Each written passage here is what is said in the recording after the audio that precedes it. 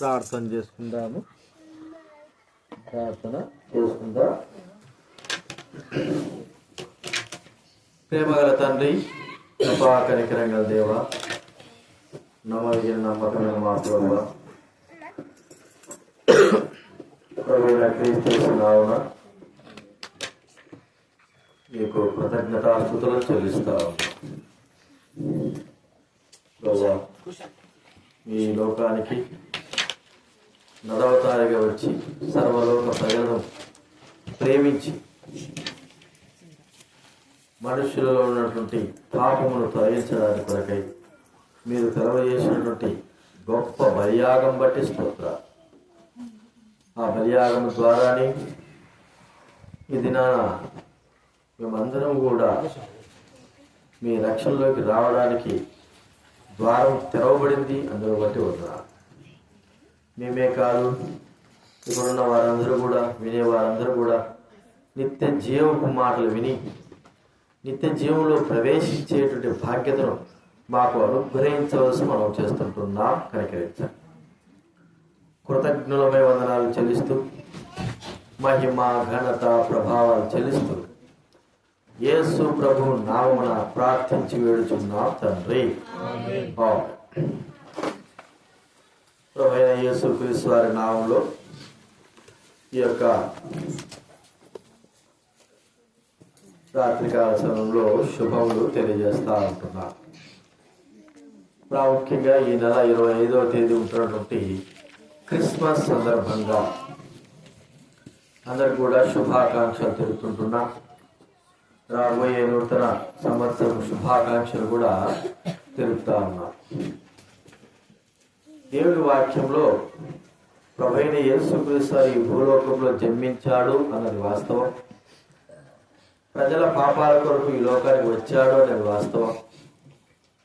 తన ప్రాణాన్ని అర్పణగా బలిగా అర్పించి చనిపోయి సమాధి చేయబడ్డాడు, తిరిగి 3వ దినం లేచాడని వాస్తవం.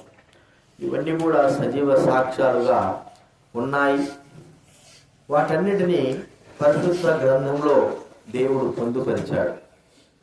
దేవుడి వాక్యంలో ప్రభువు ఎందుకు ఈ లోకానికి రావాల్సి వచ్చింది, ఈ లోకంలో ఎందుకు ఆయన నివసించాల్సి వచ్చింది అనే కొన్ని మాటలు మనం చూసుకుందాం. నిర్గమాకాండం 25వ అధ్యాయం. నిర్గమాకాండం 25వ అధ్యాయము దయచేసి 8వ వచనం మనం అందరూ కథ చదువుకుందాం. నిర్గమాకాండం 25వ అధ్యాయము 8వ వచనం మనం అందరూ కలిసి చదువుకుందాం. 25:8. ముందు భాగం నుంచి 65వ పేజీ. నేను వారిలో నివసించినట్లు వారు నాకు పరిశుద్ధ స్థలమును నిర్మింపవలెను. అలాగే ప్రకటన గ్రంథం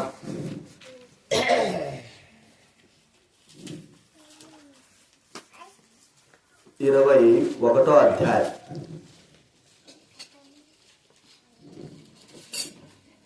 ప్రకటన గ్రంథం 21వ అధ్యాయము 22వ వచనం 23వ వచనం అందరం కూడా చదువుకుందాం. ప్రకటన గ్రంథం 21వ అధ్యాయము 22, 23. దానిలో ఏ దేవాలయమును నాకు కనబడలేదు. సర్వాధికారి అయిన దేవుడు ప్రభువును గొర్రెపిల్లయు దానికి దేవాలయమే అన్నారు. ఆ పట్టణంలో ప్రకాశించుటకై సూర్యుడైనను చంద్రుడైన దానికి అక్కరలేదు. దేవుడి మహిమయే దానిలో ప్రకాశించుచున్నది, గొర్రెపిల్లయే దానికి దీపము. ఇక్కడ 22వ వచనంలో దానిలో అనేటువంటి మాట మనం గుర్తిస్తే, పరలోకంలో ఏ దేవాలయంలో నాకు కనబడలేదు. ఇక్కడ దేవుడు నివసించే స్థలం ఏంటంటే పరలోకం. బైబిల్ గ్రంథంలో ఉంది, నీవు ఆకాశమందు నివాసి అయి ఉన్నావు. దేవుడు ఉన్న స్థలం ఎక్కడ అంటే మహాకాశములు, మహాకాశములు దాటి అనంతమైనటువంటి ఆ స్థలములో దేవుడు నివసించేవాడు. అందుకే ఆకాశం నీ సింహాసనం, భూమి నీ పాదపీఠము అనేటువంటి మాట దైవ గ్రంథంలో ఉంది. ఆ దేవాలయం ఎలాంటిదంటే, దేవుడు నివసించేటువంటి స్థలం ఎలాంటిదంటే, మరి దగదగా మెరిచేటువంటి ఈ భూలోకంలో ఎంతో విలువగా కట్టబడినటువంటి ఇండ్ల కంటేనూ గొప్పది. మన బాగా తెలుసు, ఈ భూలోకంలో ఇల్లు కడతారు. వాటి విలువ మనము చెప్పవచ్చు, 7 కోట్లు, 8 కోట్లు, లేకపోతే ఇంకా 250 కోట్లు, 1000 కోట్లు అనేటివి మనం చూస్తాం. కొన్ని వేరే దేశాలు ఎలా ఉంటాయంటే, రాజులు, గొప్ప గొప్ప అధికారులు ఉండగలిగేటువంటి స్థలము ఉంటుంది. ఆ ప్యాలెస్ ఎట్లా ఉంటుందంటే సుమారు 900 కోట్లు ఉంటాయి. అంతా కూడా పాలరాయితోనే, ప్రతిదీ కూడా లక్షల్లో ఉండేటువంటి విలువైన సామాన్లు కలిగిన వారుగా ఉంటాయి. అవి సామాన్యులు కొనలేరు. ఈ ప్రపంచంలో ఉన్నటువంటి ధనికులైన వారు, అధికులైన వారు మాత్రం అలాంటి ఇల్లులు ఉంటాయి. మరి అవి కూడా దేవుని పట్టణమైనటువంటి పరలోకానికి సాటి కావు. ఎందుకంటే ఆ పట్టణం యొక్క వైభోగం ఎలాంటిదంటే, పునాదులు మరి ముత్యాలతో కట్టబడిన పునాదులుగా వేయబడుతుంటాయి. అక్కడ ఉన్నటువంటి పట్టణం యొక్క వీధులు మరి బంగారముతో, మేలిమి బంగారముతో చేయబడేట్టుగా ఉంటాయి. మనం ఎట్లా రోడ్లో నడుస్తామో బంగారు పైన నడిచేటువంటి ఆ ఇండ్లు మరి అనేకమైనటువంటి రత్నాలతో, మరి వైఢూర్యాలతో కట్టబడినటువంటి ఇల్లుగా ఉంటాయి. ఆ పట్టణం యొక్క వైభోగము మరి చూస్తేనే కానీ దాన్ని మనము వివరించలేము. అంత గొప్ప వైభోగం. ఆ వైభోగంలో ఉంటున్నటువంటి వాడు ప్రభువైన దేవుడు. అంటే దేవుడు ఉన్న స్థలము పరలోక రాజ్యము. ఆ స్థలము అంత గొప్పది. అయితే ఇక్కడ మనం ఆలోచించాల్సింది ఏంటంటే, ఆ ప్రభువు ఆ వైభవాన్ని వదిలిపెట్టుకొని భూలోకంలోకి వచ్చి నివసిస్తానంటాడే. ప్రియమైన వాళ్ళరా, అధిక చదివిన నిర్గమాకాండం 25వ అధ్యాయంలో, నిర్గమాకాండం 25వ అధ్యాయము 8వ వచనంలో చాలా చక్కటి మాట వాక్యంలో రాయబడింది. 25:8లో, నేను వారిలో నివసించున్నట్లు వారు నాకు పరిశుద్ధ స్థలమును నిర్మింపవలను. అంటే దేవుడు ఇక్కడ నివసించాలని ఇష్టపడ్డాడు అనేదిగా మనం చూస్తూ ఉంటున్నాం. కాబట్టి ఆయన నివసించేటట్లు మరి పరిశుద్ధ స్థలం, మనుషుల మధ్య, ఈ భూమి మధ్య, మనకి ఒక్కోసారి ఈ గ్రామంలో ఏదైనా మనకు గ్రామంలో ఉన్న పరిస్థితులు బట్టి ఇక్కడ నివసించడానికి ఇష్టపడరు. చాలామంది సిటీలకు వెళ్ళిపోతూ ఉంటారు, ఇంకా పెద్ద పెద్ద ప్రాంతాలకు వెళ్తూ ఉంటారు. ఎందుకంటే ఒక్కోసారి వారి గ్రామంలో ఉన్నటువంటి పరిస్థితులు వారికి బాధను కలిగించి ఇక్కడ ఉండద్దులే అంటారు. మరి ఈ భూమి యొక్క పరిస్థితి ఏమిటి? భూమి గురించి బైబిల్ గ్రంథం ఏం చెప్తా ఉంది? ఎలాగా భూమిలో ఉన్న పరిస్థితి ఏమై ఉన్నది చూడండి. ఆమోసు రాసిన గ్రంథం 9వ అధ్యాయంలో, ఆమోసు రాసిన గ్రంథం 9వ అధ్యాయం 8వ వచనం ఎవరైనా చదవండి. బైబిల్ మధ్యలో 759, 9వ అధ్యాయం 8వ వచనం చదవండి. ఆమోసు రాసిన గ్రంథం 9వ అధ్యాయము 8వ వచనం.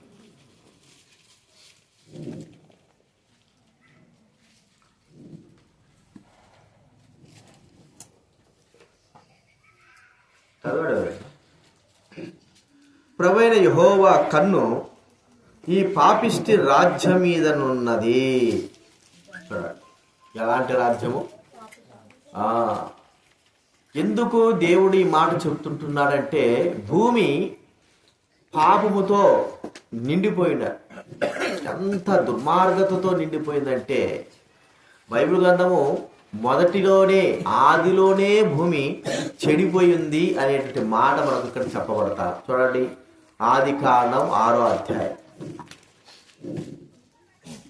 ఆదికాండం 6వ అధ్యాయము 11, 12 వచనాలు నేను చదువుతా వినండి. ఆదికాండము 6వ అధ్యాయం 11, 12. భూలోకము దేవుని సన్నిధిని చెడిపోయి ఉండెను, భూలోకము బలాత్కారముతో నిండి ఉండెను. దేవుడు భూలోకమును చూచినప్పుడు అది చెడిపోయి ఉండెను. భూమి మీద సమస్త శరీరులు తమ మార్గమును చెరిపి వేసుకొని ఉండేది. ఎంత చక్కని మాట. నిజంగానే భూమి మనం చూస్తే ఎందుకు ఇట్లా తయారవుతున్నారు ప్రజలు, భూమిలో ఉన్న ప్రజలు దుర్మార్గంగా, భయంకరంగా, మరి ఎప్పుడు ఎరుగురని పాపములు చేస్తూ భయంకరంగా ఉన్నారంటే చెడిపోయింది భూమి.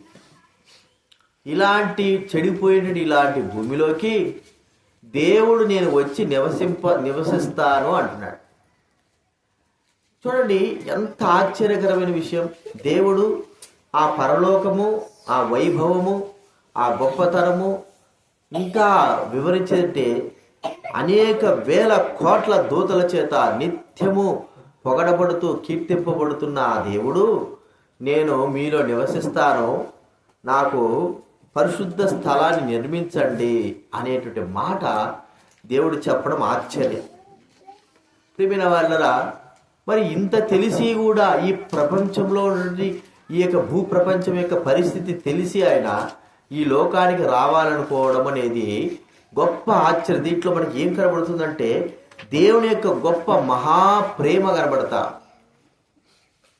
ఎంత ప్రేమ కనబడుతుందంటే మరి భూలోకమే చెడిపోయి ఉంటే భూమిలోకమికి నేను వస్తాను, అక్కడ నివసిస్తాను, అక్కడ ఉంటాను అనేటువంటి మాట మనం చూస్తాం. ప్రియమైన వాళ్ళరా, ఆ పరమదేవుడు పరము వదిలి భూలోకానికి ఒక ఐశ్వర్యవంతమైన ఇంటిని వదిలి చిన్న పూరి గుడిసెలోకి రావాలంటే చాలా కష్టతరమైన విషయం. అది మనము జీర్ణించుకోలేని విషయం, వెళ్ళడానికి కూడా ఇష్టపడని విషయం. ఎందుకంటే వైభోగానికి అలవాటు పడినటువంటి మన జీవితాలు కష్టానికి రావాలంటే చాలా బాధతో కూడుకున్న విషయము, రాలేం. ప్రియమైన వాళ్ళరా, అలాంటిది ఆ పరమప్రభు మరి ఈ భూలోకంలోకి రావడం అనేది ఆశ్చర్యాన్ని కలగజేస్తూ ఉంది. భూలోకంలో ఆయన మనుషుల మధ్య నివసించాలని కోరుకుంటున్నాడు. ఆయన ఉద్దేశం కూడా అదే. ఏంటంటే మనుషులతో ఆయన సహవాసం. ఎందుకు మనుషులతో సహవాసం అంటే ఆయన దృష్టిలో మనం అందరం కూడా దైవ పిల్లలు. అంటే ఒక మాట చెప్పుకోవాలంటే దేవుని చేత సృష్టింపబడినటువంటి వారు. బైబిల్ గ్రంథంలో చెప్పబడిన మాట ఏంటంటే చూడండి, 1 యోహాను రాసిన పత్రిక 3వ అధ్యాయం. 1 యోహాను రాసిన పత్రిక 3వ అధ్యాయము 1వ వచనం చదవండి. 1 యోహాను రాసిన పత్రిక 3వ అధ్యాయము 1వ వచనం. మనము దేవుని పిల్లలమని పిలువబడినట్లు తండ్రి మనకెట్టి ప్రేమను అనుగ్రహించిన చూడండి. మనము దేవుని పిల్లలమే. చాలు మనం ఎవరు అండి? దేవుని పిల్లలం. బైబిల్ గ్రంథంలో ఉంది, మీరు యెహోవాకు బిడ్డలై ఉన్నారు. చూడండి, ద్వితీయోపదేశకాండం 14వ అధ్యాయం 1వ వచనం ఏముందంటే, ద్వితీయోపదేశకాండం 14వ అధ్యాయం 1వ వచనం, మీరు మీ దేవుడైన యెహోవాకు బిడ్డలు. ఎంత చక్కని మాట. మనము దేవుని పిల్లలము. చూడండి, పిల్లలు చిన్న వయసు వరకు కూడా తల్లిదండ్రుల దగ్గర ఉంటారు. మనం ఆలోచిస్తే వారు పెరిగే కొద్దీ వారి వయసు వచ్చే కొద్దీ, వారు ఎవరైతే పెరిగే కొద్దీ వారికి ఉద్యోగాల బాధ్యత కానీ వేరే దేశం వెళ్ళాలని పరిస్థితి వచ్చినప్పుడు వారు తల్లిదండ్రులు విడిచిపెట్టి వెళ్ళిపోతారు. ఎప్పుడో వస్తూ ఉంటారు. కానీ తల్లిదండ్రుల యొక్క ఆశ ఏంటంటే ఎప్పుడు తమ పిల్లలు తమ దగ్గర ఉండాలనేటువంటి తలంపు కలిగిన వారుగా ఉంటారు. అయితే సమయము పరిస్థితులను బట్టి పిల్లలు వయసుకు వచ్చిన తర్వాత వారు వెళ్ళిపోయినప్పుడు కొద్దిగా బాధ అయినా సరే దిగమింగుకొని వారు జీవిస్తూ ఉంటారు. ప్రియమైన వాళ్ళరా, ఇక్కడ దేవుడు మనుషులతో సహవాసం చేసి దేవుడు మనుషుల మధ్య నివసించడానికి ఇష్టపడినటువంటి వ్యక్తిగా మనం చూస్తుంటున్నాం. అందుకే దేవుడు పరలోకంలో వదిలి ఈ భూలోకానికి వచ్చాడు, భూమిని సృష్టించాడు. భూమిపైన తన స్వరూపం కలిగినటువంటి వ్యక్తులైన మానవుని ఆయన తయారు చేశాడు. తన యొక్క శ్వాసను, తన యొక్క ఆత్మను మనుషులకు అనుగ్రహించాడు, తన ప్రాణాన్ని అనుగ్రహించాడు. ప్రియమైన వాళ్ళని భూలోకంలో మనుషులతో సహవాసం చేయడము ఆయన ఇష్టపడుతూ వచ్చాడు. ఇష్టపడుతున్నటువంటి ఈ సందర్భంలో మానవుడు దేవుడికి దూరం అయిపోయినాడు, లేకపోతే దేవుడే మానవుడి దగ్గర నుంచి దూరం అయిపోయినాడు. ప్రియమైన వాళ్ళుగా ఏదేమైనా మానవునికి దేవుడికి ఎడబాటు కలిగింది అనేది మనం చూస్తూ ఉంటున్నాం. ఎంత ఎడబాటు కలిగింది అనేదంటే, దేవుడు ఎల్లప్పుడూ మనుషులతో ఉండాలని కోరుకుంటే మానవుని యొక్క స్థితిగతులు చూసి, మానవుని యొక్క పరిస్థితులు చూసి దేవుడు సదాకాలం తనకు దూరమయ్యేటట్లుగా ఆయన దూరం అయిపోయాడు. ఎందుకు ఇంత కారణం? దేనిని బట్టి ఇలాగా మానవుడు దేవుడికి దూరం అయిపోయినాడు అంటే, ఒకటే ఒకటి బైబిల్ చెప్పే మాట ఏంటంటే పాపము. పాపము మనుషుని దేవునికి దూరం చేసేసింది. ఎంత దూరం చేయాలని కోరుకుంటుందంటే, సదాకాలము దేవునికి మనుషునికి సంబంధం లేకుండా చేయాలని కోరుకుంటాం. ఈ భూలోకంలో పాపం ప్రవేశించింది. పాపం ద్వారా మానవుడు దేవుడికి దూరం అయిపోయినాడు. పాపం ద్వారా మానవుడు దేవుడికి ఇష్టం లేని వాడుగా అయిపోయినాడు. పాపం ద్వారా మానవుడు దేవుని దగ్గర రావడానికి భయభీతులు చెందుతుంటున్నాడు. పాపమును బట్టి ప్రియమైన వాళ్ళ మానవుడు దేవునికి ఎంతో బాధను కలగజేసేవాడుగా ఉంటున్నాడు.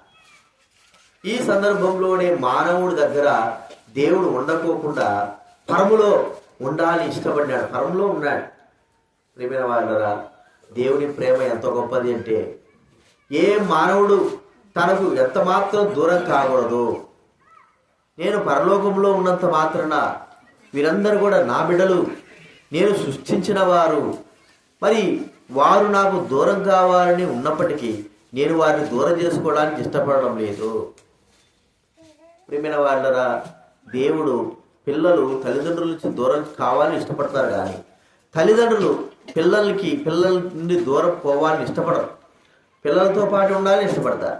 ప్రతి తల్లి తండ్రి కూడా అదే ఆలోచిస్తారు. అయితే పిల్లలు వారు ఒక సమయం వచ్చిన తర్వాత తల్లిదండ్రుల నుంచి దూరం కావాలని ఇష్టపడతారు, వెళ్ళిపోవాలని ఇష్టపడతారు. మన బాగా తెలుసు, గూట్లో పక్షి ఉందనుకోండి, పక్షి రెక్కలు వచ్చేంత వరకు గూట్లో ఆ తల్లి దగ్గర ఉంటారు. రెక్కలు వచ్చి ఎగిరిపోయిన తర్వాత పోతే ఇక తల్లికి పక్షికి మరి అక్కడ ఉన్నటువంటి చిన్నపిల్లకి తేడా ఉండదు, వెళ్ళిపోతారు. ఏదైనా సరే జంతువైనా సరే అంతే, తమ చోటు నుంచి తల్లిదండ్రుల నుంచి వెళ్ళిపోవడం మనం చూస్తుంటున్నాం. అయితే ఇక్కడ ఏమి జరుగుతుందంటే, మానవుని పోగొట్టుకోవడము దేవుడికి ఎంత మాత్రం ఇష్టం లేదు. మానవుడికి ఎడముగా ఉండడం దేవుడికి ఎంత మాత్రం ఇష్టం లేదు. మానవుడికి దూరంగా ఉండడం దేవుడికి ఎంత మాత్రం ఇష్టం లేదు. మానవుడికైతే దేవుడికి దూరంగా ఉండాలని, దేవుడికి ఎడంగా ఉండాలని, దేవుడితో సంబంధం లేకుండా ఉండాలని దేవుడికి ఇష్టం లేని కార్యములు చేస్తూ ఈ భూ ప్రపంచంలో చెడిపోయినటువంటి మనసు కలిగిన వాడుగా ఉన్నాడు. కానీ దేవుడు మాత్రము మానవుడికి దగ్గర కావాలని ఇష్టపడుతున్నాడు. అందుకే ఇశ్రాయేలీయులతో చెప్తున్న మాట ఏంటంటే, నేను మీ మధ్య నివసిస్తాను, నాకు ఒక పరిశుద్ధమైన స్థలాన్ని నిర్మించండి అన్నాడు. ప్రియమైన వాళ్ళరా, ఎంత గొప్ప విషయం అండి. దేవుడు మన మధ్య నివసించాలని కోరుకుంటున్నాడు. మరి పరిశుద్ధుడైన దేవుడికి పాపాత్మైన మనకి ఎంత భేదం ఉంది, చాలా భేదం ఉంది. ఆయన పరిశుద్ధతకి మన పాపానికి చూసుకుంటే మనము ఆ దేవుని ఎదుట నిలబడడానికి, దేవుని ముందర ఉండడానికి మనం ఎంత మాత్రం అర్హులము కాము. ప్రియమైన వాళ్ళరా, అయినప్పటికీ దేవుని ప్రేమ, కరుణ, దయ, దాక్షిణ్యాలు కలిగిన వాడు ఏం చేస్తున్నాడంటే మన మధ్య నివసించడానికి ఇష్టపడ్డాడు. కాబట్టి ఆయన కారణం అనుసరించి తన ఆత్మచేత మరి ఆయన ఈ లోకంలో జీవిస్తూ ప్రజల మధ్య ఉంటూ దేవుని యొక్క ధర్మశాస్త్రమును ప్రవక్తలైన వారి ద్వారా ఇచ్చి ప్రజలైన వారు సరైన విధానంలో పరిశుద్ధత కలిగి జీవించడానికి కొరకై ఆయన అనేకమైనటువంటి మంచి మాటలు చెబుతూ వచ్చాడు. చూడండి, నేను పరిశుద్ధుడైనాను కనుక మీరును పరిశుద్ధులై ఉండుడి అనే మాట. లేవియాకాండము 19వ అధ్యాయం.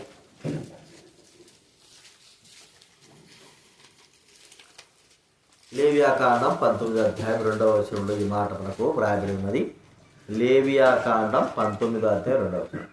నేను మీరు పరిశుద్ధులై ఉండవలను.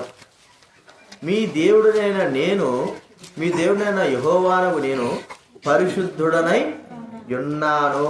మీరు పరిశుద్ధులై ఉండాలి అని చెప్పుకుంటున్నారు.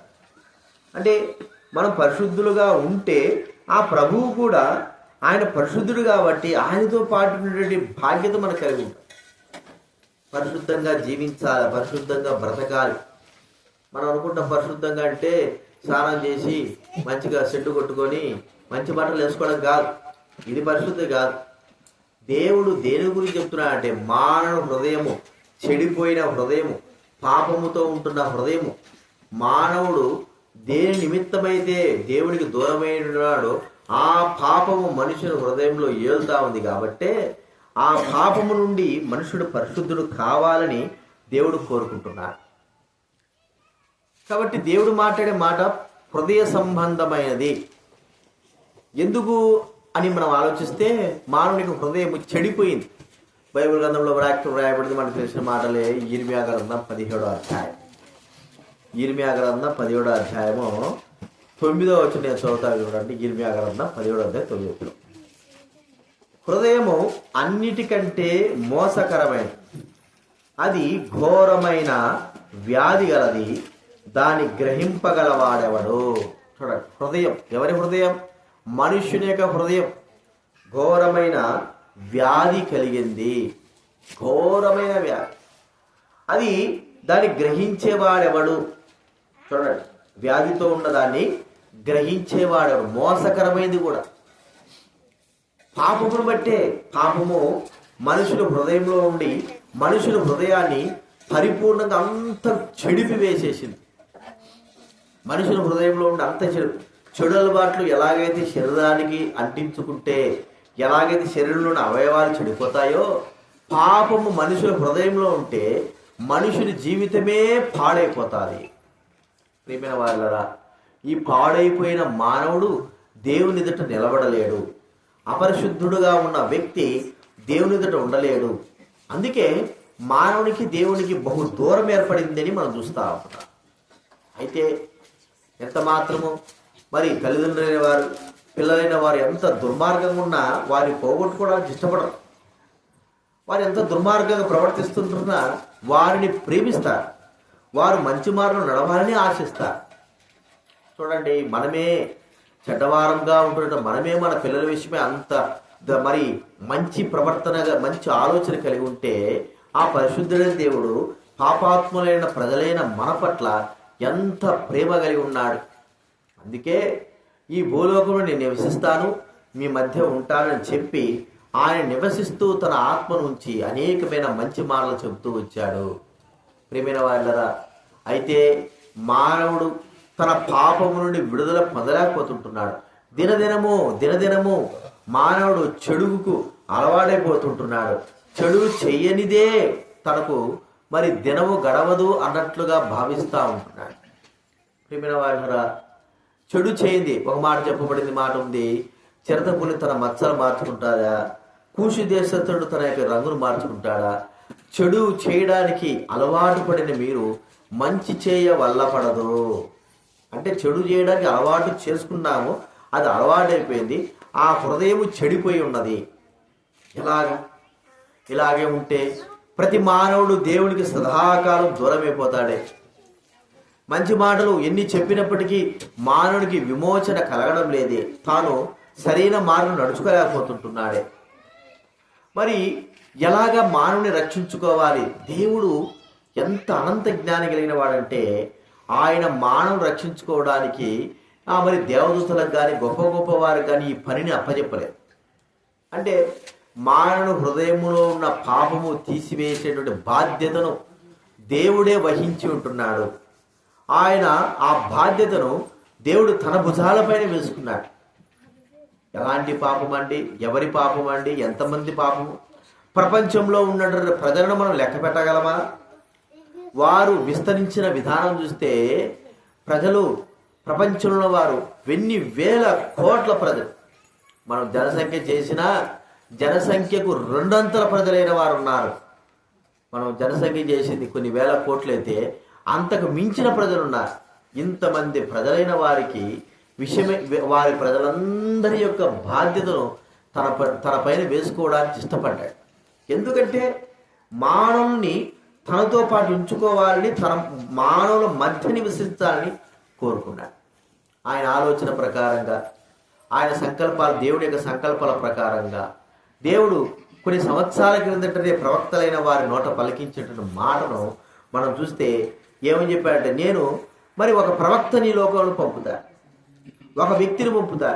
ఆ వ్యక్తి సర్వలోక ప్రజలందరి యొక్క పాపమును పరిపూర్ణంగా తుడిచిపెట్టేటువంటి ఒక కార్యమును చేస్తాడు. ప్రియమైన వారలారా, మరి ఆ కార్యము ద్వారా ప్రతి వ్యక్తి తనలో ఉన్నటువంటి పాపమును తీసివేసుకునేటువంటి అవకాశం ఉంది. పరిపూర్ణంగా, సంపూర్ణంగా తీసివేసుకోవచ్చు. ఈ కార్యము ప్రియమైన వారలారా 2025 సంవత్సరాల కిందట దేవుడు పలికించిన మాట ప్రకారంగా దేవుడు తన కుమారుడైన యేసు క్రీస్తు వారిని ఈ భూలోకంలోకి పంపించి ఉంటున్నారు. ప్రవచనానుసారంగా, ప్రవక్తలైన వారి మాట ప్రకారంగా ప్రజలను ఉద్దేశించి ప్రజల యొక్క రక్షణ మార్గమును కలగజేయడానికి కొరకై కన్యక గర్భాన ప్రభైన యేసు క్రీస్తు వారు జన్మించుంటున్నారు. చూడండి, మనం ఆలోచిస్తే ఇది మనకు చాలా వింతగానే ఉంటుంది. కన్యక గర్భాన జన్మించడం ఏమిటి? దేవుడు ఒక వ్యక్తిని ఆధారం చేసుకుని, ఒక స్త్రీని ఆధారం చేసుకుని ఈ లోకంలోకి రావడము, అది పరిశుద్ధంగా, పవిత్రంగా తన జీవితము ఈ లోకంలో రావడం అనేది మనం చూస్తూ ఉంటున్నాం. యేసుక్రీస్తు రూపంలో దేవుడే ఈ లోకంలోకి వచ్చాడు. ప్రియమైన వాళ్ళరా, దేవుడు తన భుజాలపైన ఈ పాపభారం, బైబిల్ గ్రంథంలో ఒక మాట ఉంది చూడండి, యెషయా గ్రంథం 9వ అధ్యాయం 6వ వచనం చదవండి ఎవరైనా. యెషయా గ్రంథం 9వ అధ్యాయం 6వ వచనం.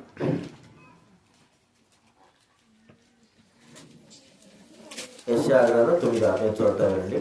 ఏలైనగా మనకు శిశువు పుట్టెను, మనకు కుమారుడు అనుగ్రహింపబడెను, ఆయన భుజం మీద రాజ్యభారం ఉండును. ఆయన భుజం మీద ప్రజల యొక్క భారము ఉండును. రాజ్యభారం, ప్రపంచ భారం, ప్రపంచం యొక్క ఉన్న ప్రతి ఒక్కరి యొక్క భారము ప్రభువైన యేసుక్రీస్తు వారు భరిస్తూ ఉంటున్నాడు. ఏమిటండి, ఎలాగ భరించడం? ఇంతమంది యొక్క పాపములను, ఇంతమంది యొక్క దోషములను, ఇంతమంది యొక్క అపరాధములను తన పైన వేసుకోవడం అంటే ఎంత గొప్ప విషయం. ఒక వ్యక్తి యొక్క నిందను మనం భరించలేము, మన మీద అపనింద వేసినా భరించలేము. ఇతరుల యొక్క నిందను మనం భరించాలని ఇష్టపడం. ఒకవేళ భరించాలని కోరుకున్నా కేవలం మన బిడ్డల యొక్క భారాలను, మన బిడ్డల యొక్క నిందలను, మన బిడ్డల యొక్క దోషములు భరించడానికే ఇష్టపడతాం. అంతేగాని లోకంలో ఉన్న వారి యొక్క తప్పులను, లోకంలో ఉన్న వారి యొక్క దోషాలను భరించడానికి మనం ఇష్టపడం. మరి దేవుడు ఇంతమంది యొక్క దోషాలను భరించడానికి ఇష్టపడ్డాడంటే మనమందరం కూడా ఆయన బిడ్డలమని దైవవాక్యం మనకు సెలవిస్తాం. ప్రియమైన వాళ్ళరా,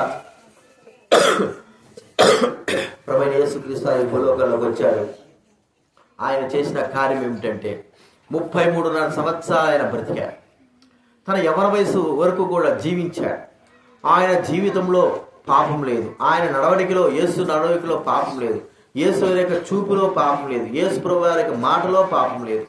యేసు ప్రభువారి యొక్క క్రియలలో పాపం లేదు. 33.5 సంవత్సరంలో జీవించి ఆయన మనుషుల కొరకు ప్రాణం అర్పించేంత వరకు, పుట్టినది మొదలుకొని చనిపోయేంత వరకు పాపము లేనివాడైన, పాపరహితుడుగా, పాపము లేనివాడుగా జీవించిన ఒకే ఒక వ్యక్తి ప్రభువైన యేసుక్రీస్తు వారు.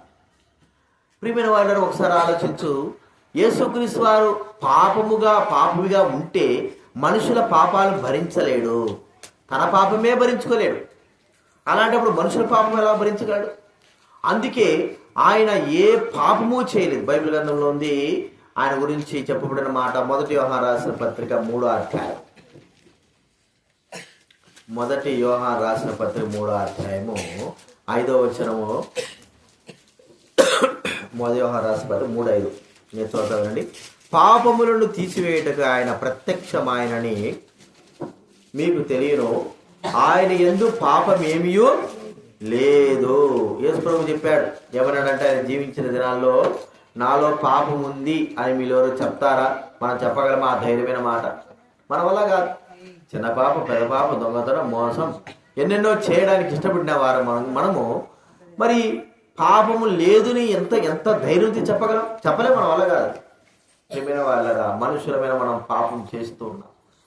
అయితే యేసుక్రీస్తు వారు ఏ పాపము చేయకోకుండా జీవించిన వ్యక్తి కాబట్టి ఈ పాపరహితుడు, పాపము లేని వ్యక్తి ప్రజలందరి యొక్క పాపముల భారములను తన పైన వేసేసుకున్నాడు. అంటే వాటిని మరి భరించాడు అని మనం గుర్తించుకోవచ్చు. వాటిని భరించడం అంటే తేలికైన విషయం కాదు. బైబిల్ గ్రంథంలో ఉంది, దోషములు ఆకాశానికంటే బరువుగా ఉండేవి, వేదన కలిగించేవి, బాధన కలిగించేవి, శిక్షనిచ్చేవి, మరి నశింపజేసేవి. ఆ దోషములు ఏం చేస్తున్నాయంటే దేవునికి మానవుడికి అడ్డుగా వచ్చాడు, ఒక అడ్డు బండగా వచ్చాయి. ఈ దోషాలన్నింటినీ ప్రభువైన యేసుక్రీస్తు వారు తన పైన భరించాడు. ఎందుకు? కారణం ఏమిటి? ఎందుకు ఆయన ఇంత భారం భరించాలా? ఆయనకు అవసరం ఏమిటి? ప్రియమైన వాళ్ళరా, మానవుడు దేవుడికి దూరమైపోతుంటున్నాడు. మానవుడు తన పాపం బట్టి దేవునికి దూరమైపోతుంటున్నాడు. కాబట్టి మానవుని రక్షించుకోవాలి, మానవునితో సహవాసం చెయ్యాలి. మానవుడు తన రాజ్యంలో ఉండాలి. తన కొరకే సృష్టించుకున్న మానవుడు తన చేతులారా నశించిపోతా ఉంటే ఆయన చూస్తూ ఊరుకుండలేదు. ప్రజల కొరకై, ప్రజల పాపపు భారము మరించి పాపం యొక్క విరుగుడు నిమిత్తమై, పాపమును క్షమించడానికి కొరకై, పాపములను ఎత్తివేయడానికి కొరకై, పాప దోషములన్నింటినీ తీసివేయడానికి కొరకై యేసుక్రీస్తు వారు జన్మించి ఒక గొప్ప కార్యం చేశాడు. ఏమిటంటే సిలువ కార్యము, మరణము. మనకు అనిపిస్తుంది మరణం పొందే వాళ్ళు ఎవరండి అంటే పాపం వల్ల వచ్చు జీతము మరణం. పాపం చేసిన వారు మరణం పొందుతారు. మరి యేసుక్రీస్తు వారు ఎందుకు పొందాడు? ఆయన పాపం చేయలేదు కదా అంటే మన పాపాలు ఆయన భరించుకున్నాడు కాబట్టి, మన పాపాలు ఆయన వహించుకున్నాడు కాబట్టి, మన పాపాలు ఆయన తన పైన వేసుకున్నాడు కాబట్టి ఆయన మరణం పొందాల్సి వచ్చింది. ప్రియమైన వాళ్ళ యేసుక్రీస్తు వారు మన పాపాలన్నీ తన పైన వేసుకొని మన పాపపు శిక్ష ఒకటి, పాపపు మరణం ఒకటి, మరి ఇవన్నీ కూడా భరించినాడు. ఇవన్నీ కూడా భరించి ఆయన తన రక్తమును కార్చాడు. తన శరీరం పైన మన పాపములకు శిక్ష విధించుకున్నాడు. ప్రియమైన వాళ్ళ సిలువలో ఆయన వ్రేలాడుతూ వచ్చాడు. ఆకాశానికి భూమికి మధ్య పాప భారములు తీసివేయడానికి కొరకై యేసుక్రీస్తు వారు మధ్యవర్తిగా మరి చనిపోతూ వచ్చాడు. ఇంత మాత్రమే కాదు, చనిపోయినాడంటే ఆడవరకు మన జీవితంలో చనిపోతే మన యొక్క మరణం అంటే చాప్టర్ క్లోజ్ అంటారు కదా. అంటే ఈ వ్యక్తి అందరితో ఇంకా అయిపోయింది. ఈ భూమికి, కుటుంబానికి ఎంత మాత్రము ఈ వ్యక్తికి సంబంధం లేదు. బ్రతికుంటేనే సంబంధం, బ్రతికి లేకపోతే సంబంధం లేదు. అయితే ప్రభువైన యేసుక్రీస్తు వారు మరణించినంత మాత్రాన మనం అనుకుంటున్నాము ఆయనకు ఇంకా అయిపోయిందిలే అనుకోగా. అయితే యేసుక్రీస్తు వారు మరణాన్ని జయించి తిరిగి లేచినటువంటి ఏకైక వ్యక్తి. ఈ భూలోకంలో ఇప్పటి వరకు కూడా మరణాన్ని జయించి, మనం అనుకుంటాము ఎవరైనా బావిలో పిల్లలు పడ్డారనుకోండి, లేకపోతే నదిలో కొట్టుకోబోయేటప్పుడు బయటకు వచ్చినాడు అనుకోండి, మృత్యుంజయుడు అంటాం. అంటే మరణాన్ని జయించడం కాదు, చచ్చిపోవాలి. అసలుకే చనిపోయి 1 రోజు, 2 రోజులు, 3 రోజులు, కాదు 1 రోజు 2 రోజుల తర్వాతనే సరే తిరిగి లే. చనిపోయిన తర్వాత ఇంకా అసలు లేచేదేముంది? చనిపోక మునిపే మృత్యుంజయుడని మనం ఉంటాం, కానీ చనిపోయి తిరిగి లేచినప్పుడే మనం ఆ మాటను ఉపయోగించాలి. ప్రియమైన వాళ్ళరా, ప్రభువైన యేసుక్రీస్తు వారు ఈ లోకంలో మానవుల్ని తనతో పాటు మరి నివసించడానికి కొరకై, మానవులతో పాటు దేవుడు ఉండడానికి కొరకై, నివసించడానికి కొరకై యేసుక్రీస్తు వారు చేసినటువంటి కార్యము తన ప్రాణం అర్పించాడు. ఇది చేయడానికి గల కారణం ఏమిటంటే మానవుడు దేవునికి దూరం అయిపోయినాడు అని సంబంధం. ఇప్పుడు దగ్గర చేసుకోవాలంటే పాపం నుంచి విడుదల పొందాలి. ఇప్పుడు యేసుక్రీస్తు చనిపోయి సమాజం తిరిగి లేచాడు. ఎలాగ మానవుడికి పాపం పోతుంది? ఆయన చనిపోతే మనకు పాపం ఎట్లా పోతుంది? ప్రియమైన వారులారా, యేసుక్రీస్తు వారు మరణించిందే పాప క్షమాపణ కొరకై, పాపములను తుడిచివేయడానికి కొరకై, పాపములు ఎత్తివేయడానికి కొరకై. ఆ కార్యమును ఆయన తన రక్తము చేత చేశాడు. బైబిల్ అంతా చెప్పే మాట, లోకంలో చెప్తున్న మాట ఏంటంటే, రక్తము చిందింపబడకుండా పాప క్షమాపణ కలుగదు అని సామాన్యంగా చెప్పవచ్చు. అంటే రక్తము మానవ యొక్క ప్రాణం. ఆ ప్రాణమును మానవుడు ఏం చేసినాడంటే, ప్రాణం పోతే మా రక్తం పోతే ప్రాణం పోయేట. ప్రియమైన వారులారా, ఆ ప్రాణమును మానవునికి ప్రాణం పోయడానికి తన ప్రాణాన్ని అనిపించాడు. మనం అనుకుంటాము చిన్నపిల్లలు చనిపోయినా, ఎవరొస్తులు చచ్చిపోయినా అవయవ దానాలు చేస్తా అంటారు. అంటే వారి యొక్క అవయవాలు ఇతరులకి అమరుస్తారు. ఏం చెప్తారు? ఆమె చచ్చిపోయింది కానీ మరి తన అవయవాల ద్వారా జీవించేముంది అంటారు. మరి ఆ వ్యక్తులు కూడా చనిపోతారు. రక్తం అంతా పోయిన తర్వాత ఇతరుల యొక్క రక్తం ఎక్కిస్తే మరి రక్తం యొక్క దానం ఎంతో గొప్పది, ప్రాణాన్ని కాపాడు. మరి మనుషుని యొక్క ప్రాణం, మనుషుని యొక్క ఆత్మ విషయమే కాపాడడానికి యేసుక్రీస్తు వారు తన రక్తాన్ని ధారపోసినాడు. ఇది మనం నమ్మలేని విషయం. ప్రియమైన వాళ్ళ ఇది సత్యము. ప్రభువుల కొరకై, సర్వలోక ప్రజల కొరకై యేసుక్రీస్తు వారు తన ప్రాణాన్ని దానముగా, అర్పణగా, బలిగా ఇచ్చాడు. ఇది ఒకసారి గుర్తించుకో. ఎందుకు ఆయన ఇంత కార్యం చేశాడంటే, ప్రజలను దేవునితో సమాధానపరచాలి, దేవుడు ప్రజల మధ్య నివసించాలా, ప్రజలు దేవుని దగ్గర ఉండాలి. మరి వీరి దేవుడు ప్రజల మధ్య రాకపోవడానికి, ప్రజలు దేవుని దగ్గర ఉండకపోవడానికి గల కారణం మధ్య కూడా పాపమే. కాబట్టి ఈ పాపమును పరిపూర్ణంగా వేర్లతో సహా పెకలించేటువంటి కార్యము రక్తదానం, రక్త ప్రాణం అర్పణ చేయాల్సింది. అది ప్రభువైన యేసుక్రీస్తు వారు మన కొరకై హృదయపూర్వకంగా, ఇష్టపూర్వకంగా తన ప్రాణ అర్పణగా హృదయపూర్వకంగా అర్పించిన వాడుగా చూస్తుంటున్నాం. ఎందుకంటే చనిపోయిన తర్వాత తన ప్రాణాన్ని రక్షించుకోగలిగిన శక్తి తనంతకు తానే ఉంది, మనకు లేదు. మన ఆత్మ మనం రక్షించుకోలేదు. కాబట్టి యేసుక్రీస్తు వారు ఆ కార్యం చేశాడు, సజీవుడై ఉన్నాడు. ఇప్పుడు ప్రియమైన వారులారా, మనము దేవునితో సమాధాన పడేటువంటి కార్యము వచ్చింది.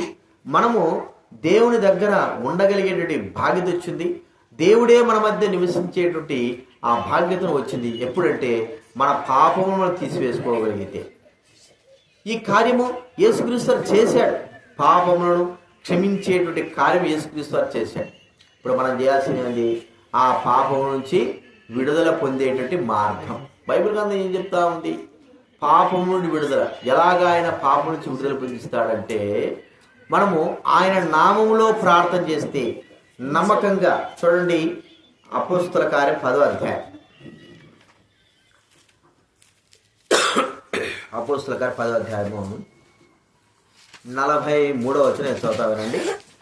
అపోస్తల కార్యములు 10వ అధ్యాయం 43వ వచనం. ఆయన యందు విశ్వాసముంచు వాడెవడో వాడు ఆయన నామము మూలముగా పాప క్షమాపణ పొందునని. ఎవరైతే విశ్వాసం ఉంచుతారో, నమ్మకం ఉంచుతారో ఆ వ్యక్తి మరి పాప క్షమాపణ. ఏ వ్యక్తి ఎందు? ప్రభువైన యేసుక్రీస్తునందు విశ్వాసం ఉంచిన వ్యక్తి పాప క్షమాపణ పొందుతాడు. ప్రియమైన వాళ్ళ ఒకసారి ఆలోచించు. యేసు నామము మానవులకి పాప క్షమాపణ కలిగించే. యేసు ప్రభు వారి నామం నందు విశ్వాసం ఉంచితే నీ పాపములన్నీ కూడా మరి ఎగిరిపోతాయి. నీ పాపములన్నీ కూడా మరి ఎక్కడ లేకుండా వెళ్ళిపోతాయి. విశ్వాసమే, ఇంకా వేరేదేం కాదు. మరి యేసుక్రీస్తు ఆ కార్యం చేశాడు. పాపములను క్షమించేటువంటి అధికారము భూ ప్రపంచం పైన యేసుక్రీస్తు వారికి మాత్రమే ఉంది. యేసు ప్రభు నామంలోనే ఉంది. ఇంక ఎవరి వల్ల కాదు, కేవలం ప్రభువైన యేసుక్రీస్తు వారి ద్వారానే కార్యం జరుగుతుంది. నమ్మక విశ్వాసం. ఎంతోమంది దైవ గ్రంథంలో వారు నమ్మారు. ఏమని నమ్మారు? మనం అనుకుంటాము కులాలు మతాలు మార్చుకోవడం, వాళ్ళ మతంలో దిగడం, వీళ్ళ మతాలు దిగడం, ఇవన్నీ కాదు. నమ్మకం ఏమిటంటే తమ హృదయంలో ఉంటున్న పాపములు తీసివేసేటువంటి ఆ అధికారము యేసుక్రీస్తు వారికి ఉంది. అందుకే యేసుక్రీస్తు వారు ఈ లోకానికి వచ్చాడంటే నమ్మకము హృదయంలో ఉంచడమే. ప్రియమైన వారు, ఆ నమ్మకంతోనే మనం ఎప్పుడైతే ప్రార్థన చేస్తామో, ప్రభువా నేను పాపిని ప్రభువా, నా పాపములు క్షమించు ప్రభువా, నా పాపములు క్షమించి నా హృదయంలో నీవు రా ప్రభువా అని మనం ఎప్పుడైతే అడుగుతాము, ప్రియమైన వాళ్ళరా, ఎంత ఘోర పాపాత్ములైనా సరే ఆయన క్షమించేటువంటి వాడు. ఎంత ఘోర పాపాత్ములైనా సరే, ఎందుకంటే ఆ పాప క్షమాపణ, పాపమునకు కడిగి వేసేటువంటి, పాపమును క్షమించే అధికారం యేసుక్రీస్తు వారు కలిగి ఉన్నాడు. ఆయన సజీవుడై ఉన్నాడు, ఆయన రక్షకుడై ఉన్నాడు. అందులో ఆయన ప్రేమ కలిగిన వాడు. ఎంతటి వారినైనా సరే, మరి ఎంత వారైనా సరే తన యొద్దకు వస్తూ ఉంటే ఆ వ్యక్తుల్ని ఆయన త్రోసివేయడు. ప్రియమైన వాళ్ళరా, ఈ రాత్రికాల సమయంలో అందుకే దేవుడు మనుషుల మధ్య నివసించడానికి కొరకై యేసుక్రీస్తు రూపంలో ఈ లోకానికి దేవుడు వచ్చాడు, మనుషుల మధ్య నివసించాడు. మనుషులు ఒకవేళ ఆయన ఈ భూలోకంలో 33 సంవత్సరాలలో బతకడం కాదు, కానీ సదాకాలం మనుషులు దేవుడితో ఉండడానికి కొరకే ఒక గొప్ప కార్యమును, అద్భుత కార్యమును చేసైనా ఈ లోకంలో మరి చేశాడు. సజీవుడై ఉన్నాడు. ఆ అద్భుత కార్యమే శిలువ కార్యం, మరణం పొందుట. ప్రియమైన వాళ్ళరా, ఇప్పుడు మనం చేయాల్సిన నమ్మకం, విశ్వాసం, ఇది చాలా స్వల్పమైనవి. ఏమీ కోరడం లేదు. ఇంతే కదా అడుగుతుంటున్నాడంటే ఆయన నమ్మకం ఉంచు, విశ్వాసం ఉంచు, నిత్య జీవము, నిత్య రక్షణ నీవు పొందుతావు. నీ పాపం నుంచి విడుదల పొంది దేవుడుతో నువ్వు సదాకాలం ఉంటావు. దేవుడు కూడా మనతో సదాకాలం ఉండేటువంటి భాగ్యతను దేవుడు అనుగ్రహించేవాడు. చూడండి, దైవ గ్రంథంలో ప్రకటన గ్రంథం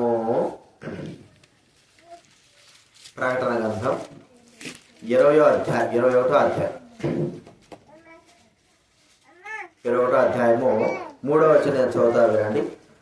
అప్పుడు ఇదిగో దేవుని నివాసము మనుషులతో కూడా ఉన్నది, ఆయన వారితో కాపురముండును, వారాయన ప్రజలందరూ దేవుడు తానే వారి దేవుడైండి వారికి తోడయుండును. ఆయనే తోడై ఉంటాడు. ఆయనతో పాటు మనం ఉంటాం. ఇది పరలోకంలో నిత్యము ఉండేటువంటి జీవితం. ఈ జీవితం ఇవ్వడానికి కొరకే యేసుక్రీస్తు వారు చనిపోయినాడు. ఆలోచించు ఒకసారి.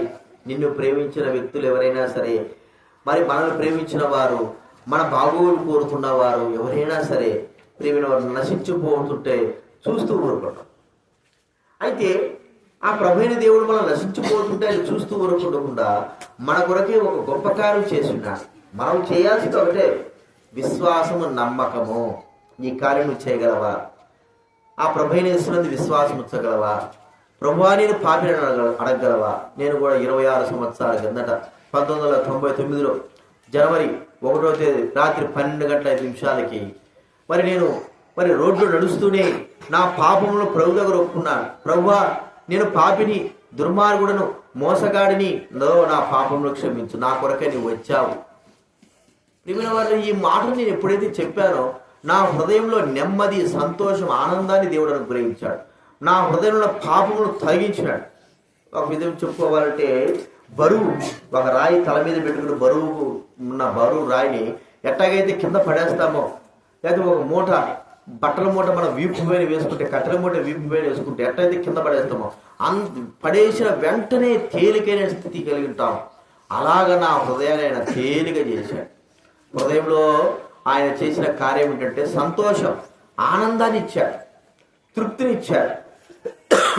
ఈ భూలోకంలో ఏమున్నా లేకపోయినా ఆ దేవుడు నాకు ఉంటే చాలనుంటే సంతోషాన్ని ఇచ్చాడు. ఎందుకంటే నా పాపాలు క్షమించాడు.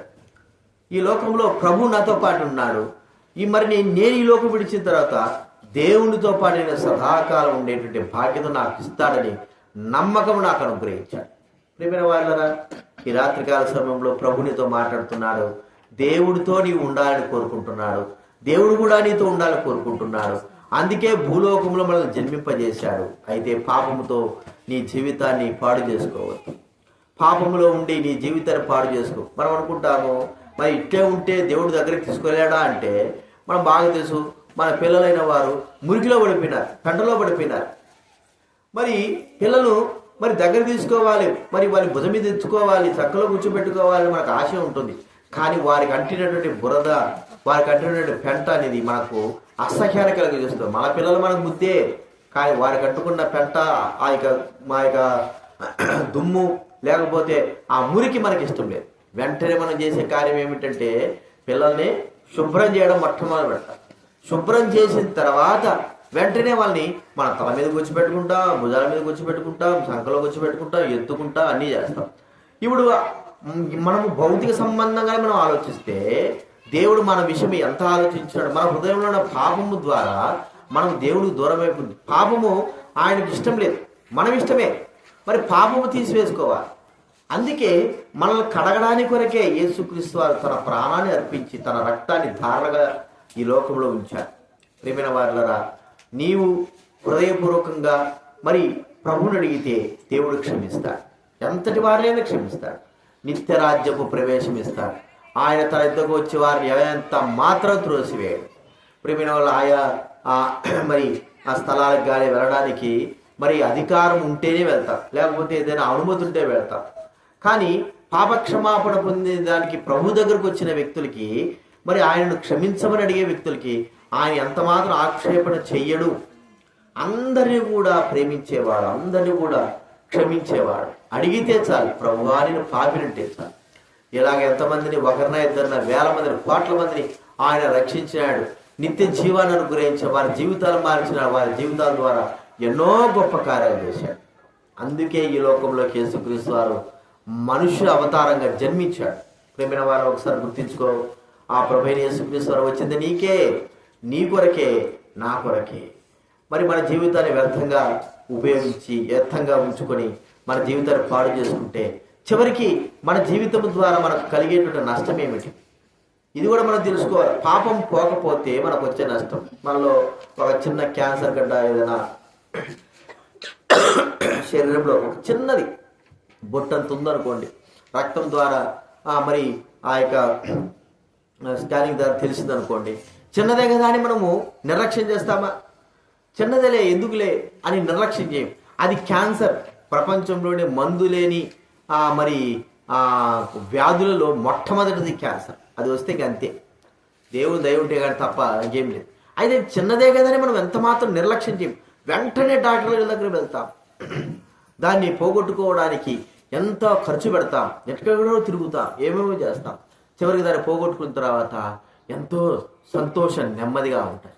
మరి పాపం విషయమై మరి నువ్వు అలాగే ఉంటే, ఒకవేళ ఆ యొక్క క్యాన్సర్ అలాగే ఉంచుకొని మనం ఏముందిలే అనుకుంటే అది పెరిగి పెద్ద అవుతుంది, చివరికి మన మరణానికి దారి తీస్తుంది ఇది. ప్రియమైన వాళ్ళరా, అందుకే మనం డాక్టర్ దగ్గర పరిగెత్తాం. మరి పాప విషయమే ఆలోచిస్తే ఎందుకు పాపమును తీసివేసుకోవాలని దేవుడు పదే పదే చెప్తున్నాడంటే, ఈ పాపానికి వచ్చే శిక్ష మరణము. ఈ పాపమున్న స్థలము ఎక్కడంటే నరకము. ప్రియమైన వాళ్ళరా, బైబిల్ అంతా చెప్పే మాట ఏంటంటే, పాపము చేసే వారందరూ కూడా నిత్యపు నరకంలో ఉంటారు. ఎందుకంటే ఆ పాపం వారిని పట్టుకొని ఉంది, పాపం వారితో మరి సహవాసం చేస్తూ ఉంది, పాపములో వారు ఉన్నారు, పాప సంబంధం ఉంది. కాబట్టి పరిశుద్ధుడైన దేవుడి దగ్గరికి వెళ్ళడానికి వారికి ఆస్కారం లేదు. ఎందుకంటే ఆ పాపం వారు పట్టుకొని ఏం చేస్తుందంటే, పాపమే వారిని తీసుకుని వెళ్ళి ఆ పాపం ఉండే స్థలము నిత్యపు నరకం, పాతాళంలోకి తురుసుకుని వెళ్తుంది. ప్రియమైన వారు, మనకు బాగా తెలుసు, పాపమే మనల్ని పట్టుకుంటుంది, మరణానికి కారణంగా చేస్తుంది. కాబట్టి ఆ పాపమును విడిపించుకునేటువంటి మార్గమే యేసుక్రీస్తు చేశాడు. నమ్మకం. బైబిల్ గ్రంథంలో ఒక వ్యక్తి ఉన్నాడు, ఆ వ్యక్తి ధనవంతుడు. ప్రియమైన వారలారా, ఆ వ్యక్తిని గురించి దేవుడు ఎందుకు రాయించి పెట్టాడో అనేదంటే ఎంత గొప్ప విషయం అంటే, నరకం ఉంది అని చెప్పడానికి యేసుక్రీస్తు వారు రాయించి పెట్టాడు. ప్రజలందరూ కూడా హాస్యం చేయొచ్చు, హేళన చేయొచ్చు, కానీ నిజముగా పాపమునకు వచ్చే శిక్ష మానవుడు అనుభవించవలసిందని దేవుడు వ్రాయించి పెట్టాడు. ఆ ధనవంతుడు కొన్ని వందల సంవత్సరాల కిందట మరి భూలోకంలో జీవించాడు. తన ఇష్ట ప్రకారంగా జీవించాడు, తన ఇష్టానుసారంగా జీవించాడు, తన అడ్డు ఆపు లేకుండా జీవించాడు, పాపములతో, అపరాధములతో, దోషములతో జీవించాడు. తను అనుకున్నాడు, నేను జీవించే జీవితమే బాగుందిలే, మరి నా పాపాల గురించి ఏముంది అని తను ఆలోచించాడు. కానీ ఒక దినాన తన పాపాలు తనను పాతాలను తీసుకుని వెళ్తాయని ఊహించలేకపోయాడు. ఈ లోకంలో ఆ ఆడంబరంగా గొప్పగా జీవించి చనిపోయాడు. తన యొక్క శరీరంలో భౌతికాయాన్ని గొప్ప గొప్పగా మరి ఆ గంధపు చెక్కలతో మరి సమాధి చేసి ఉండొచ్చేమో, కానీ అతని యొక్క ఆత్మ వెంటనే చనిపోయిన వెంటనే ఎక్కడ వెళ్ళిందంటే పాతాళానికి వెళ్ళిపోయింది. పాతాళంలో బాధపడుతున్నాడు, అగ్ని జ్వాలతో బాధపడుతున్నాడు. ప్రియమైన వాళ్ళరా, మరి ఆ యొక్క ధనవంతుడు తన దగ్గర ఉన్న ఒక లాజరు వ్యక్తి కూడా ఉన్నాడు. ఆ వ్యక్తి మరి ప్రభువుని తెలుసుకున్నాడు, తన పాపాల గురించి గుర్తించినాడు, తన పాపమును ఒప్పుకున్నాడు. పాపాల గురించి శిక్ష గొప్పదని గుర్తించి ప్రభు దగ్గర తన పాపాలను ఒప్పుకొని విడిచిపెట్టినాడు. ఆ లాజరు కూడా బెదవాడు చనిపోయాడు. అయితే పాపములు తనలో లేవు కాబట్టి ఆ వ్యక్తి దేవుని దగ్గరికి వెళ్ళిపోయాడు. ప్రియమైన వాళ్ళరా, సో ఆ పాతాళంలో ఉంటున్నాడు ధనవంతుడు అంటున్నాడు, అయ్యో ఓ ప్రభా నాకు సహాయం చేయి, నాకు మరి ఈ యొక్క నీళ్లు కావాలి, వేదన పొందుతుంటున్నాను అంటే ప్రభు అనే మాట, అబ్రహాం అనే మాట ఏమంటున్నాడంటే, నీవు నీ ఇష్ట ప్రకారంగా జీవించావు, నీ పాపం గురించి నువ్వు ఆలోచించలేదు, నీ దోషం గురించి నువ్వు ఆలోచించలేదు, వాటి ద్వారా వచ్చే శిక్షణ గురించి నువ్వు ఆలోచించలేదు, ఏముందిలే అనుకున్నావు. చివరికి నీ పాపాలు నిన్ను పట్టించి నిత్య నరకానికి తీసుకొచ్చినాయి. విడిపించుకోగలిగినాడా? ప్రియమైన వాళ్ళరా, ఇది సత్యము. ఈ మాటలు దైవ గ్రంథంలో వ్రాయబడ్డాయి. యేసు ప్రభువారే చెప్పాడు. ఇప్పటికీ ఇంకా ఎప్పటికీ కూడా ఆ ధనవంతుడైన వ్యక్తి పాతాళం నుంచి బయటికి రాలేడు. జరిగిన సత్యమును యేసుక్రీస్తు అని చెప్పాడు. ఎందుకంటే నమ్మడం లేదు కాబట్టి మనుషులకు మరి ఆ నమ్మకం కలగడానికి కొరకే నిజమైన దాన్ని ఆయన చెప్తూ వచ్చాడు, రాయించి పెట్టాడు. ఆలోచించగలవా? ప్రియమైన వాళ్ళరా, మన పాపం మనకి ఎంత మోసం చేస్తున్నాయో, మన పాపముల ద్వారా మనకు వచ్చే శిక్ష ఎంత గొప్పదో, ఎంత భయంకరమైందో ఒక్కసారి ఆలోచించు. కాబట్టి ప్రభువైన యేసుక్రీస్తు వారు పరలోకం మొదలు భూలోకానికి ఎందుకు రావాలి? ఇంత గొప్ప కార్యం ఎందుకు చేయాలా? ఇంత గొప్ప త్యాగం ఎందుకు చేయాలంటే మనిషిలో ఉన్న పాపం అంత భయంకరమైంది, మనిషిని అంత భయంకరంగా నాశనం చేస్తుందని తెలిసి పాప క్షమాపణ కలిగించి పాపం నుంచి విడుదల పొందించే మార్గం ఏర్పాటు చేసి వెళ్ళాడు. ఉచితముగా ఇస్తా అంటున్నాడు రక్షణ, ఉచితంగా పాపాలు క్షమిస్తా అంటున్నాడు. నువ్వు నమ్మగలిగితే, ప్రభువా నేను పాపిని అడగగలిగితే యేసుక్రీస్తు వారు క్షమిస్తాడు. ఎంతో మందిని క్షమించినాడు, నిన్ను కూడా క్షమిస్తాడు. నీ హృదయంలోకి వస్తాడు, నీ జీవితం మారుస్తాడు. ఈ లోకం విడిచిన తర్వాత మనం సదాకాలం ఆ దేవుడున్న స్థలంలోకి వెళ్తాం. ఈ లోకంలో ఉన్నప్పుడు దేవుడే మన మధ్య నివసిస్తాడు. కాబట్టి ఆ ప్రభువైన యేసునందు విశ్వాసం ఉంచు, అప్పుడు నీవు నీ ఇంటి వారు గొప్ప ఆత్మరక్షణ పొందుతారు. మీ నిమిత్తం మేము ప్రార్థన చేస్తాం. ప్రేమగల తండ్రి, పరిశుద్ధుడైన మా దేవ, నీతి కలిగిన దేవా, జీవం కలిగిన దేవా, లోక రక్షకుడు అయిన తండ్రి, మహాప్రభువా మీకు ఎంతో వందనాలు చెల్లిస్తా ఉన్నాను. ఈరోజు ప్రభువా మీరు ఈ లోకంలో జీవించాలని కోరుకున్నాం, వచ్చావు, ఈ లోకానికి వచ్చావు, మనుషుల మధ్య జీవించాం, మంచి మాటలు చెప్పావు. అయినప్పటికీ మనుషుల హృదయంలో పాపము తీసివేసుకోలేకపోయినా. అయితే సదాకాలం మానవుడు తన పాపం నుంచి విడుదల పొందేటువంటి బాధ్యతను మీరు ఆలోచించి మీ కుమారుడైన ప్రభువైన యేసుక్రీస్తు ఈ లోకంలో పంపి ప్రజల పాప పరిహారం నిమిత్తమై తన ప్రాణాన్ని అర్పించడానికి ఇష్టపడ్డావు. ప్రాణం అర్పించాడు, రక్తమును గార్చాడు, చనిపోయాడు. మా శిక్ష, మా భారం తనపైన వేసుకున్నాడు, మా శిక్ష తనపైన భరించాడు. ప్రభువా మీకు వందనాలు. చనిపోయే సమాజంలో తిరిగి లేచిన ఆ ప్రభువైన యేసుక్రీస్తు వారు మా పాపను క్షమించడానికి సిద్ధంగా ఉంటున్నాడు. ప్రభు, మా నుంచి మీరు ఏది పెద్దగా కోరలేదు. హృదయంలో చోటు, హృదయం యొక్క పాప క్షమాపణ కొరకై మరి వేడుకుంటే చాలు, క్షమిస్తానన్నా. ప్రభా నేను పాపిని 26 సంవత్సరాల క్రిందట నా జీవితాన్ని మీకు ఒప్పుకుంటే ప్రభు నన్ను క్షమించిన, నా పాపాలు క్షమించి నా హృదయంలో నెమ్మది సంతోషాన్ని ఇచ్చావు. నా హృదయంలోకి వచ్చావు. ఈ లోకం విడిచిన తర్వాత నేను మీ దగ్గరికి వచ్చే భాగ్యత ఇస్తున్నా. అందును పఠిస్తూ ఈ సత్యం, ఈ నిరీక్షణ, ఈ జీవం వినగలిగిన వారందరూ కూడా, ఇక్కడ ఉన్న వారందరి హృదయాల్లో కూడా కార్యం జరిగించున్నాయన. పాప క్షమాపణ దయచేయండి, మారుమనసు దయచేయండి, నిత్య జీవాన్ని గురించాడు. నిత్య జీవానికి నిర్ణయింపబడిన వారందరి హృదయాలు కూడా ఒక గొప్ప కార్యం జరిగించవలసి మనం చేస్తుంటున్నాం. క్రీస్తు యొక్క పుట్టుక అనేకులకి విమోచన కలిగించడం అనుగ్రహించండి. కృతజ్ఞతాపూర్వక వందనములు చెల్లిస్తూ ప్రభువా మా ప్రార్థన దేవ, వారికి వారి కుటుంబాలు దీవించి, గ్రామస్తులను, పిల్లల్ని, పెద్దల్ని, వృద్ధులైన వారిని మీరు దీవించి ఆశీర్వదించు.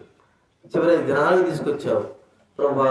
కొత్త సంవత్సరంలో ప్రవేశించే బాధ్యతను గురించి ఈ సంవత్సరం అంతా కూడా మీ నిండైన దీవులతో నింపి వారి బలపరచవలసి మనం చేస్తుంటున్నాం. సహాయం చేయండి ప్రభువా. మరి నవీన్ భారత కుటుంబాలను రక్షించండి, జీవితం మార్చండి, బిడ్డలు రక్షించండి, హృదయాల్లో కార్యం జరిగించి ఆశీర్వించండి. బిడ్డలేని వారందరూ కూడా వచ్చారు, వారు కూడా హృదయాలు కూడా కార్యం జరిగించి ఆశీర్వించండి. ఇంకా ఎవరైతే పాప క్షమాపణ పొందుకోకుండా జీవితంలో అలా ఉంచుకుంటున్నారో వారితో మీరు మాట్లాడండి. జీవితం ఎంతో శ్రేష్టమైనదని గుర్తింపజేసి వారు శ్రేష్టమైన దేవుని సన్నిధికి వెళ్ళగలిగే మార్గాన్ని గుర్తించుటకు అనుగ్రహించండి ప్రభువా. వారి వారి కుటుంబాలు జీవించవలసి మనం చేస్తూ మా ప్రార్థన దేవ మీకు కృతజ్ఞతాస్తుతులు చెల్లిస్తూ అందరూ రక్షించవలసిందిగా యేసుక్రీస్తు ప్రభువు నామమున ప్రార్థించి వేడుచున్నాము తండ్రి, ఆమేన్.